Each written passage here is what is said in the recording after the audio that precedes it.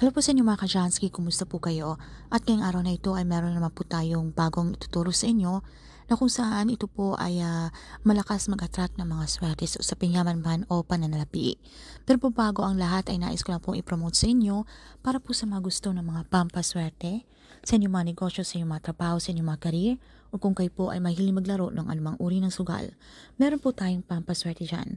Para po sa mga interesado ay mag-PM lamang po kayo sa akin.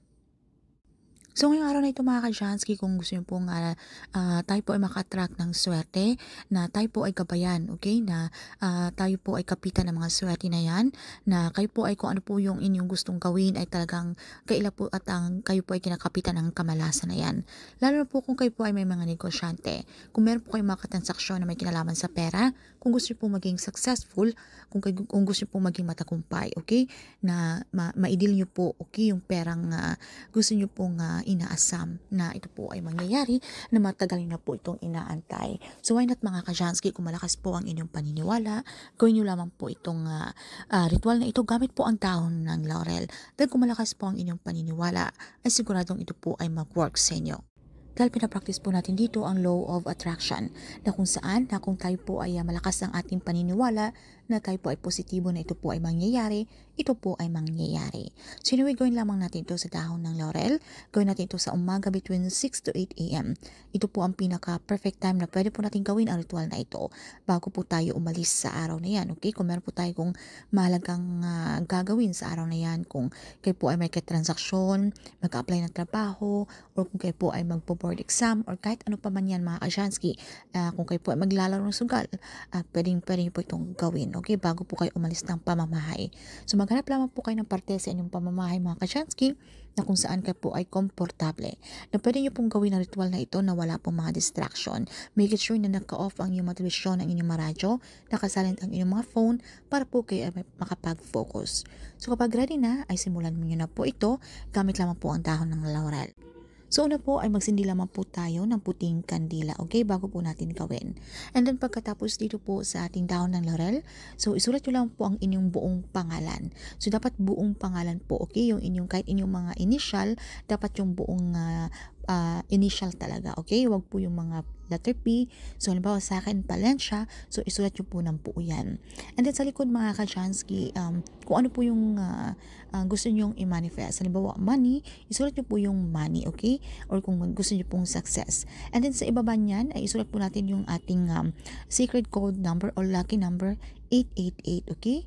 Dahil ang 888 na yan, alam nyo pa na ito po ay malakas mag-attract ng swerte dahil ito po ay infinity number. So ito po ay ayon sa paniniwala ng mga Chinese, ito po ay malakas mag-attract ng swerte. Dahil po sa dalawang bilog na ito, okay, na magkadikit, na kung saan ito po ay sumisimbolo ng eternity o walang humpay na swerte ang mapapasayo. Then lumabas po kayo sa inyong pamamahay mga ka-Jansky, umarap po kayo sa bandang silangan. So ibulong nyo po na sa pamamagitan po ng dahon ng laurel na ito, kayo po ay kabayan at kayo po ay lapitan ng swerte. Kayo po ay magiging matagumpay sa anuman pong larangan na gusto nyo pong tahakin or kung meron po kayong mga gustong i-manifest. Okay? Then pagkatapos, sambitin nyo lang po yung ating mantra, money will come to me. So sambitin nyo lang po yan ng 7 beses mga ka-Jansky. Dapat tayo po ay maging positibo, i-claim affirm nyo na po sa mga sarili ang mga swerte darating na yan. So, sunugin nyo lamang po ito mga ka-Jansky, okay? Gamit po yung ating mga kandila. And then pagkatapos, isaboy nyo lang po ang abo nito sa harapan po ng inyong mga front door or ng inyong mga main door. Then itong ating kandila ay hayaan nyo lamang po itong maupos. Okay, umupo lamang po kayo kahit saglit. Okay, magmuni-muni po kayo. Pakaisipin nyo po yung mga bagay na nangyayari na po. Tayo po ay mag-visualize, alright?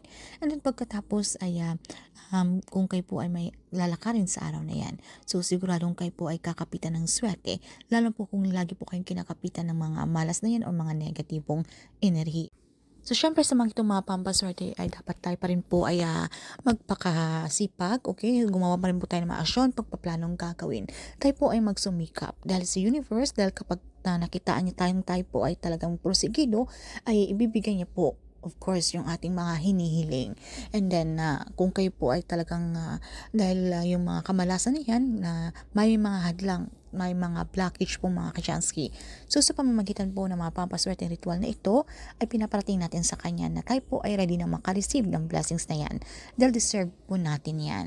So yun lamang po ng mga Kashansky. So ito mga pampaswerteng ito ay isang gabayo inspirasyon lamang para mas lalo pang lumapit ang swerte na yan. So kung meron po kayong mga katanungan o hindi mo masyadong klaro sa topic na ito ay pag-comment na lamang po sa ibaba.